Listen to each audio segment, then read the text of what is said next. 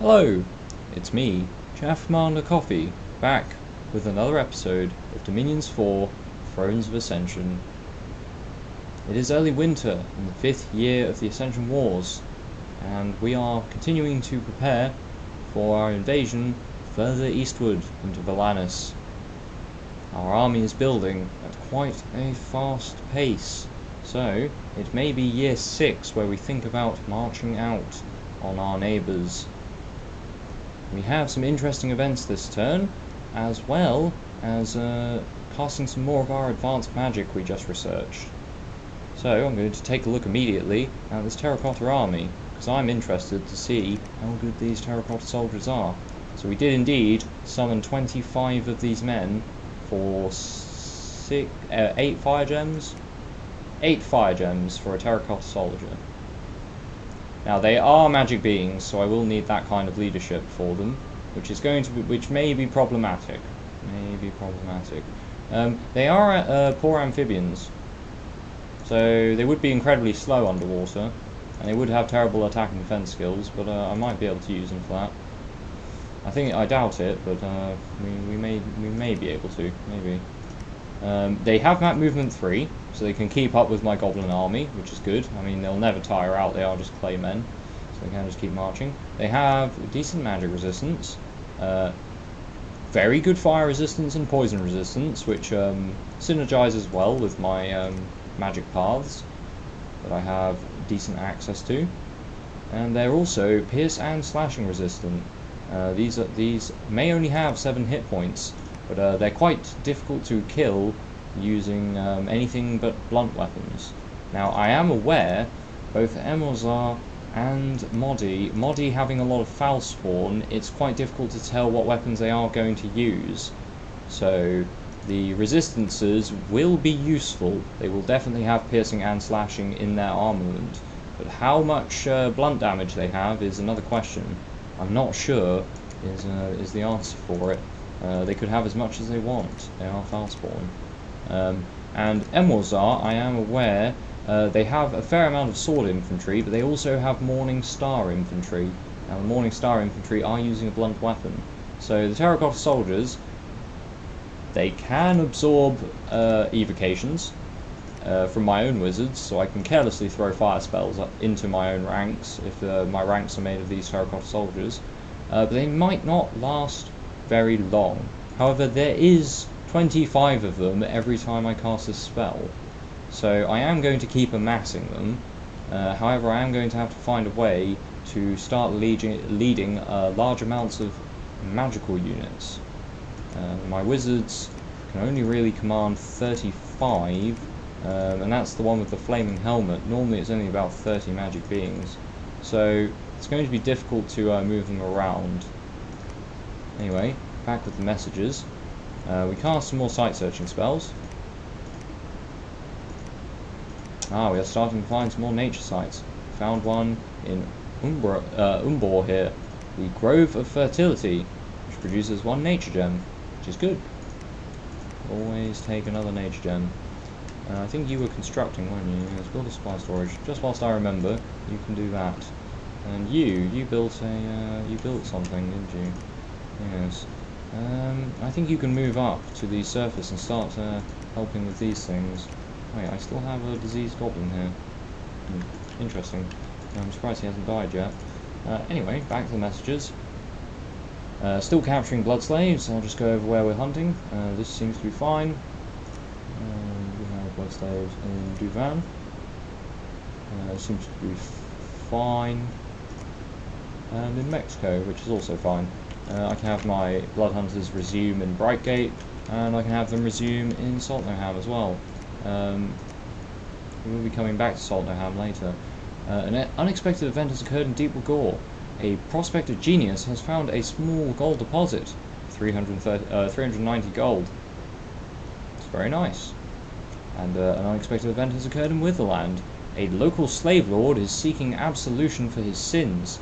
He has donated all his virgins and a chest of gold to your cause.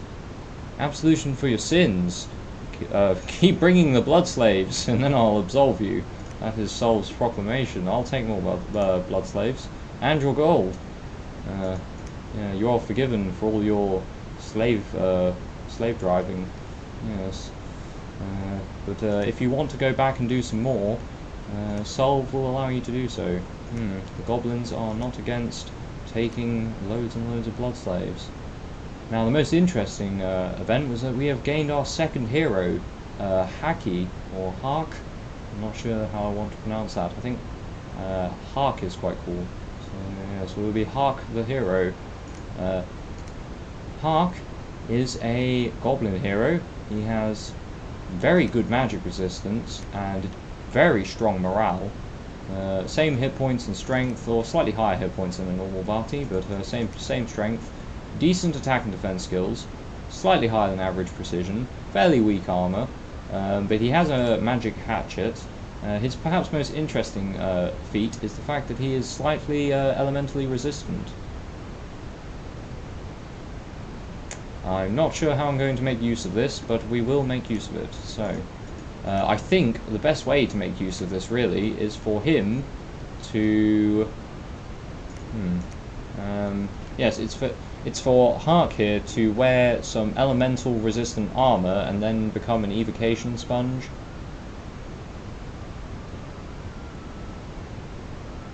With high magic resistance and decent morale, he should last quite a while, just sponging evocations on the front line.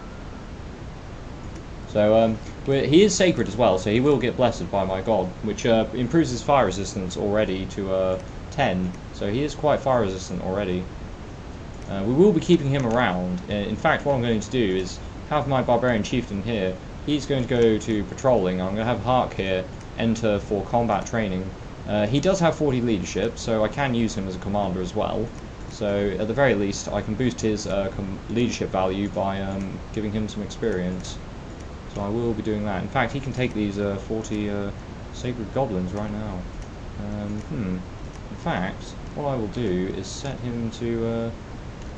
Hark, for now, can be patrolling in the capital. And I will have my barbarian keep training for the upcoming arena. He must be close to experience 2. And I would like him to hit experience 2 before the arena starts. We just missed Conjuration. I must have reordered a wizard or something, and we missed the Conjuration research. So I'm going to have to just... I'm just going to put it to 30 points extra, so we definitely get the Conjuration research. Even if I reorder wizards, I should still get that. So yes. Back to messages. Other than that, just a load of brigands we killed. So yes, it's fine. The eastern border is quiet. And I don't see Emilzar's army. I don't know where it is. I have no idea. So Modi is just kind of sitting around. Maybe both of them have taken quite heavy losses. But Modi appears to be focusing its expansion on the water. Which does concern me, but we do now have access to our water mages. Now Tagarik's going to go into Fanligia, see if we can assassinate that Titan. And this... you finished building a temple. I'll have you just preach there for now. I don't think I actually need any more temples built around... well, you can join the force, why not? Join the army. Rasto here, yes, my blood mage with a pendant. Yes. You're also going to need some boots of youth. Take them. Bakar, they both have boots of youth. Nom, he actually has earth boots, but he needs them to forge the dwarven hammers, which we're going to forge another one. Yes, we're going to keep forging them. Keep forging those dwarven hammers. They make everything cheaper. We're also going to alch some more earth gems for another gnome law. Cast gnome law on... I would like you to cast gnome law on... Where have we not searched? We have searched Brightgate, but not very well. We have searched the Silver Swamps, but not very well. I think I should be searching mountains, like Runia here. Oh, it has been searched. Yes, I should be trying to prioritize searching mountains. I think I might search, an oasis. 1 water gem, 50 small points. Interesting. Very interesting. I think I'm going to have him, cast Gnome Law on Griffin Spires here. Oh, it's range 4, he can't cast that. I suppose he can search the Silver Swamps, so yeah, do that. Might find something. Right. You're a Blood 3 mage. What can you cast that I would like you to cast? I think with Blood 3 I can get them to forge... No, they can't quite forge the Bloodthorn. It requires Blood 4.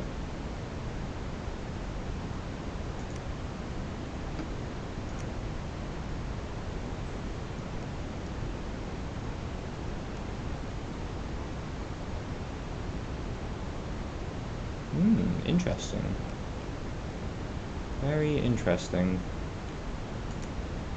Requires Blood Magic 4 and Earth Magic 3. Oh my.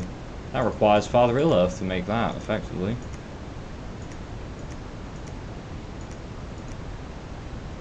I think I want you to take a Dwarven Hammer and forge some more Boots of Youth.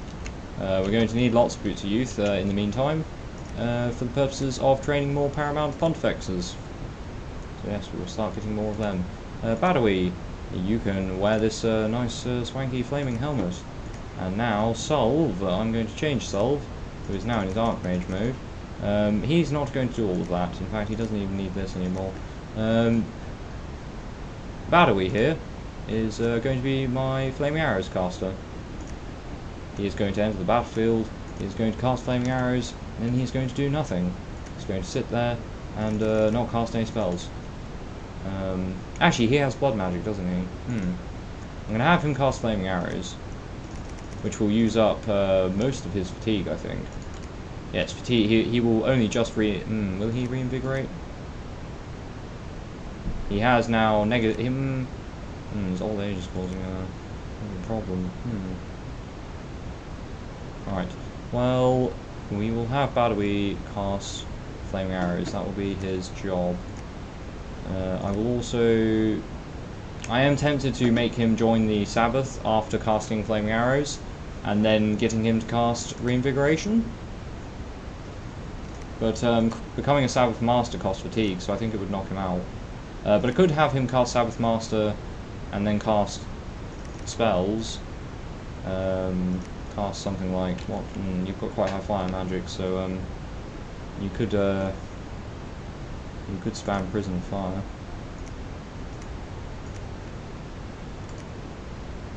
Ah, no, what you need to do is cast Aimed. You need to cast Aim. Yes. Because if he is a Sabbath Master and he casts Aim, then all of the Sabbath Slaves will get ooh, actually, that's a good point. You can reverse cast it. Ah, interesting. Cast Sabbath Slave. Yes. And then he casts Aim, and then all of the Sabbath Masters will get increased precision. Oh no, it's not a caster buff. It's a range buff. So yes, that will not work. I think you can just cast Aim. Sabbath Master. Yes, I just need to decide how I best want to use my Flaming Arrow caster, because he is a powerful fire mage, so I would like to use him in combat as well. So I think making him into a Sabbath Master wouldn't be a bad idea. And then I can get him to cast... what can I get him to cast after that? Probably just Fireball.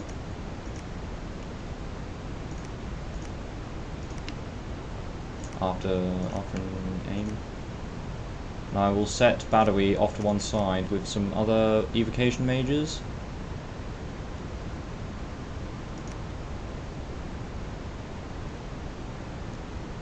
I want to find my highest experienced wizards so that they... Ooh, Solve actually. Solve could stand with Badawi and get the bonus to his precision. Solve could do that as well, yes.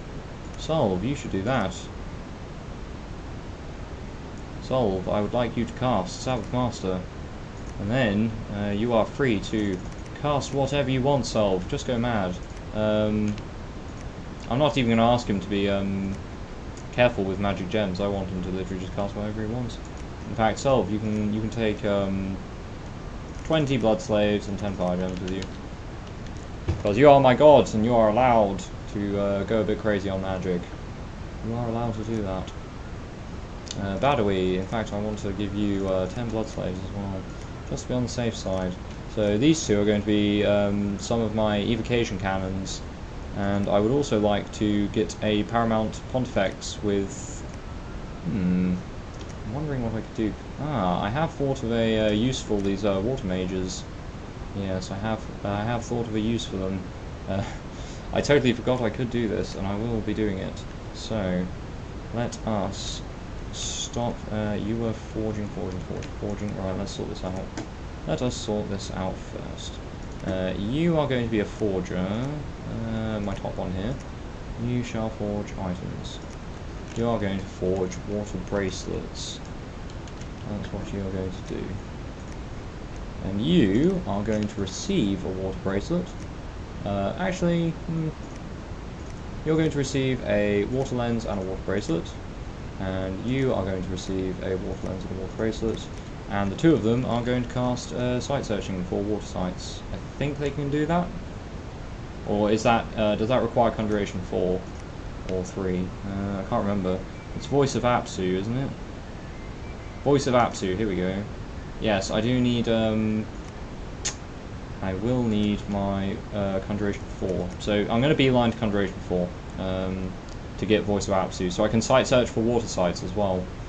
And the other thing I want my water mages to do once I have more water bracelets is to cast this ritual spell. It's a blood ritual spell, Bind Frost Fiend. Now, Frost Fiends are not... I don't find them as powerful as Storm Fiends or Devils, generally speaking, or Demon Knights for that matter. Demon Knights are very powerful as well. I might have to start summoning some Demon Knights too. But the Frost Fiends do have a chill aura. And we do have a Cold 3 Dominion, so I think the Frost Fiends might actually be quite powerful with in my own Dominion, which does make them useful. I'm going to have my Priestess here to start building a temple. I'm going to have you go pick up those demons. We have our... we do have a... Sorry, I just need to go through all of my commanders, sort out their garrisons, if they've been training any men. And you, Argias, you need to patrol. Forge another lightless lantern, which I'm going to have to start handing out now. Take the lightless lanterns and go into the very strange places of the magical world and find the secrets of conjuration at the cost of your own sanity and possibly life.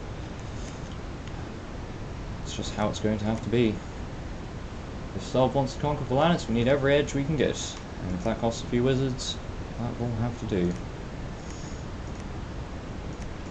Alright, let us start equipping some of these commanders with demon whips. I want to consolidate my demons into one particular squad, generally speaking. So I'm going to have my Solve.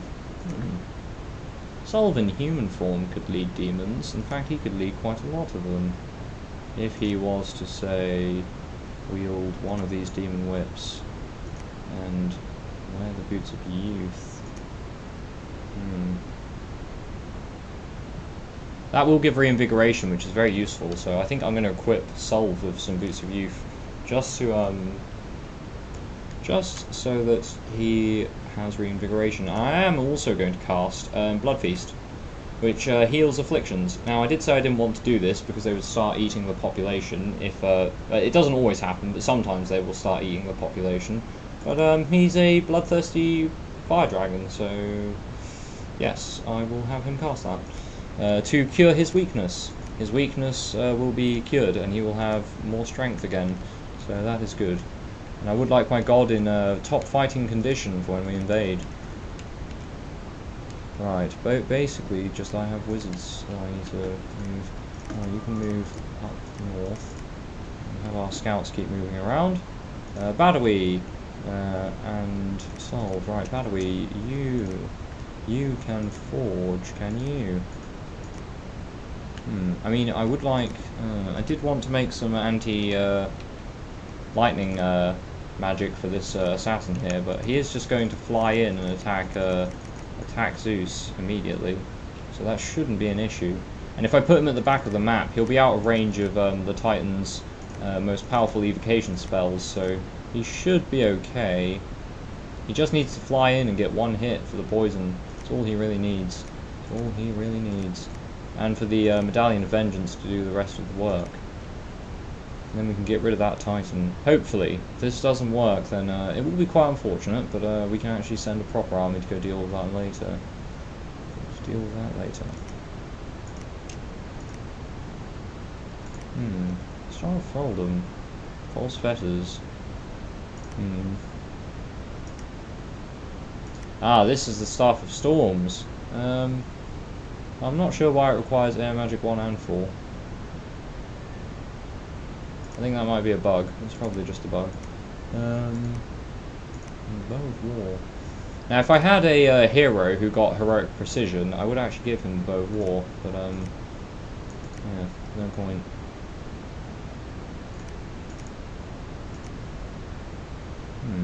Yeah, so you can forge... Ah, Robe of the Magi, yes. Yes. This is a very powerful robe. Very, very strong. Unfortunately, it requires Air Magic 6 and Blood Magic 6 to cast to create it. So, yes, we won't be getting that for some time.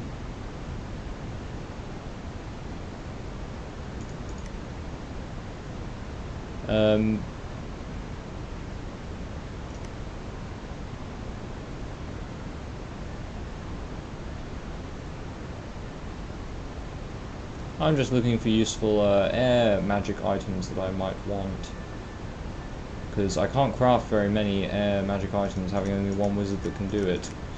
And he can't really cast any useful air rituals either, which is frustrating, so I think I might just get Badawi to forge us another flaming helmet, so I can get more wizards to start binding devils with all these blood slaves that I have. So I will just get all of my wizards who are currently free to forge more Lightless Lanterns. I think after forging this batch of Lightless Lanterns, I won't need to forge any more for some time. And also my fire gems are being eaten up at a ridiculous pace, almost as fast as I'm gaining them. But it only takes a few turns of me not spending them to end up on 100 again, so yes, I'm not too worried about that. I'm going to give Solve some of the devils. In fact, he can lead all the devils, and he can stand over here with his Badawi and just have this huge horde of devils to protect him and attack remote enemies. In fact, I'm going to have him cast Sabbath Master and then cast Bloodlust. We will cast Bloodlust. Let's go Bloodlust. Yes, that will be what Solve will be blessing all of the demons on the battlefield and making them stronger. Yes, and I can also consolidate these imps, which I think I might do. So Kagale here can be given one of the demon whips, and Juman can also be given... Oh, he has an affliction. Lost an arm. That doesn't stop you wielding from one whip, so yes, you can have that. And that way I can have Juman and Kagale control the rest of these demons, these fiery imps. And consolidating them is preferable, since having larger squads means they're less likely to trigger morale checks. So yes, consolidating my men into large units is actually very preferable. I will want them, say, in a sparse line, probably behind my sacreds. I'm not really bothered about the imps' morale. I'm not really expecting the imps to do very much overall. So I want my sacred units, this large line of sacreds, right out the centre. I think that's about right. And I have some more sacreds here, which I can set them up. Yes, just behind the imps. Set to hold and attack poses. And got a spear line here. They can go in front of the sacred. They can actually. I think I'll have my spearmen perhaps on the flanks. We'll see. I want the archers to be in. They are in sparse. Excellent. So I could actually put the spearmen in front of the archers. I will have to reorder this all, so let's not worry about that now. That's going to take a long time to reorder. So, now with all my wizards given jobs, I think the best thing to do is to spend all of this gold. We do have plenty of castles now infinitely making pontifexes. However, we still have plenty of gold. We still have plenty of gold. Syria is going to start recruiting them as well.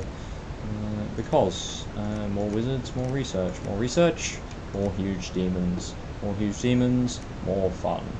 So yes, we shall be getting some huge demons after I recruit more paramount pontifexes. So let's take that one there, and I will also. Oh, we did train a pontifex. Ah, an Earth 2 pontifex. Brilliant. You can move over to Nom to do some more forging for us. I will train another one in Mexico. And Saltnaham, I'll have Saltnaham train some more basic wizards, and I'll have Golden Range train some more basic wizards. We are going to need these basic wizards not equipped with lightless lanterns or imps to head out into my armies so that they can act as Sabbath slaves. We do need Sabbath slaves. We can't just have all of these masters. I mean, this is a good number of wizards to have as Sabbath masters. It's quite a lot of firepower, really. Literally as well, with all this fire magic. But we are going to need, like, with these many communion masters, we might need anything up to 50 slaves to not cause the slaves to die. Although I could, because even if I say get my wizards to cast, say I get this Sabbath Master here. Say he doesn't cast Divine Blessing, he doesn't need that. Say he casts Sabbath Master, then he casts Fireball 3 times, and then he casts Reinvigoration on all the slaves right at the end. In fact, he might cast Reinvigoration after casting Sabbath Master. So say he did that.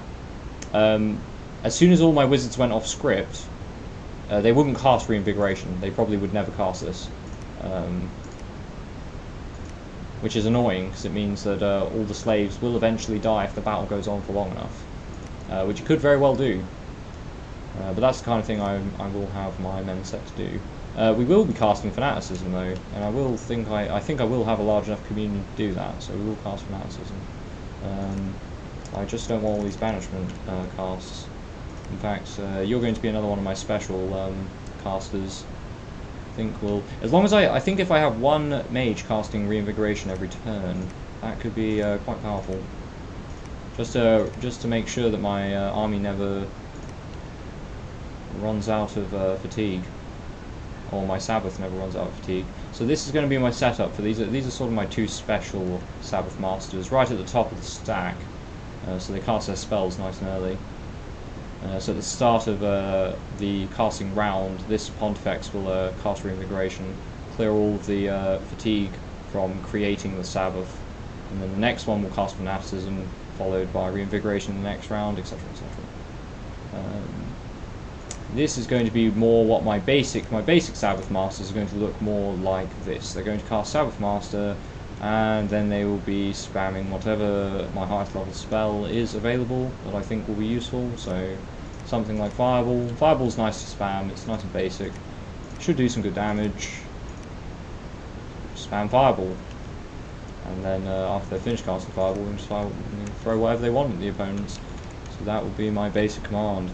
And I will just quickly give it to all of my Pontifexes, since I don't see why not. There's no reason not to. And the High Priestess can just cast whatever she wants. We probably will take the High Priestess with us. God knows what she'll do. Probably just cast Sermon of Courage a few times. Right, that should be the end of the turn. Unless mercenaries. Now the mercenaries are starting to get quite interesting. Quite interesting indeed. We have Rosal's Red Raptors, which are the Raptor clan Kalians, I believe. They might be useful as a raiding force, but they're not. Raptor clan, I think, are better than standard humans, so they could make quite an efficient raiding force, but I have no one to raid right now. Not really. Not really. Oh yes. What else? Who else could I recruit? Fishmaster Sog. Now I think he is an aquatic unit, so I can't get him. The Feathered Serpent. I have no idea what he has, but probably not very good. I think the Celestial Apostates have a fairly decent wizard leading them, but I could be wrong. And the Whispering Legion. The Mage Saladar commands 15 men and demands 360 gold. What are you? What is your legion? I'm very interested to find out. Mexico, you're going to halt recruiting a Paramount Pontifex. We are going to recruit the Whispering Legion for as much gold as I have left in the treasury, because I want to know who these guys are and who their mage Saladar is.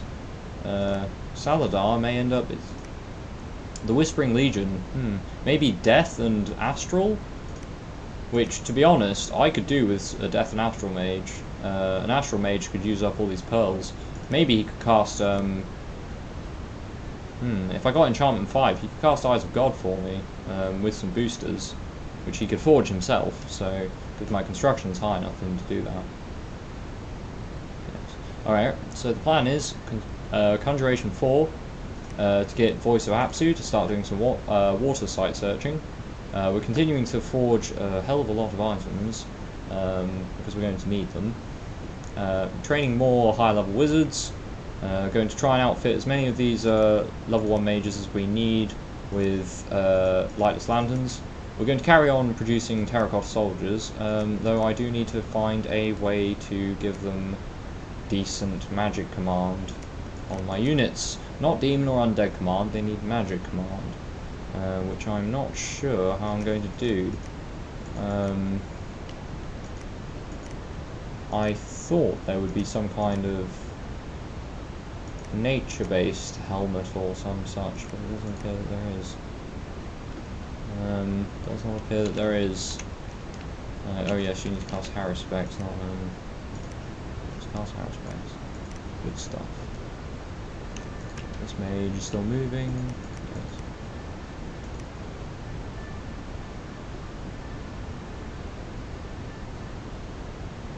I believe my commander here, Anfar, has the answer. The Crown of Command gives 50 magic command and inspiration, as well as, you know, standard command and undead command. For a commander whose express purpose is leading units, this is very good. And it only requires an Astral Mage of level 2. So if Saladar ends up being a level 2 Astral Mage, we may keep him around purely for the purpose of forging Crowns of Command, so that I can lead all of my demons. I can consolidate all of my demons and terracotta soldiers into a bit like under my normal commanders instead of my wizards, because my wizards do give a morale penalty, whereas my commanders will give a morale bonus. They will be wielding Crowns of Command, Horns of Valor, probably a supply item, maybe Scepters of Authority or the Demon Whip, perhaps both. Perhaps a Scepter of Authority and a Demon Whip. But either way, my commanders are going to be quite well equipped. They're not going to be very skilled, so I still don't want them to fight. But if someone does manage to get next to them, they should have a decent chance of killing them. And if they don't, well, they're going to have a very high leadership value, so they can lead hundreds of units, which is good with me. I'm going to need hundreds of units for the future war. So that will be the end of this episode. Let us see what the message screen looks like before I head off.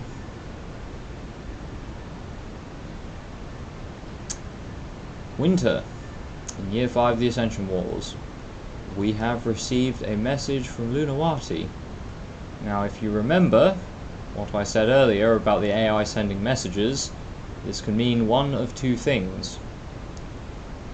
You have killed our god, which we have seen twice now, as we defeated Syria, and the Atlanteans as well. And also when they declare war on you. A message from Lunawati. We hereby declare war upon your unholy nation. It's been Chaff Commander Coffee. Thanks for watching, and I'll see you next time.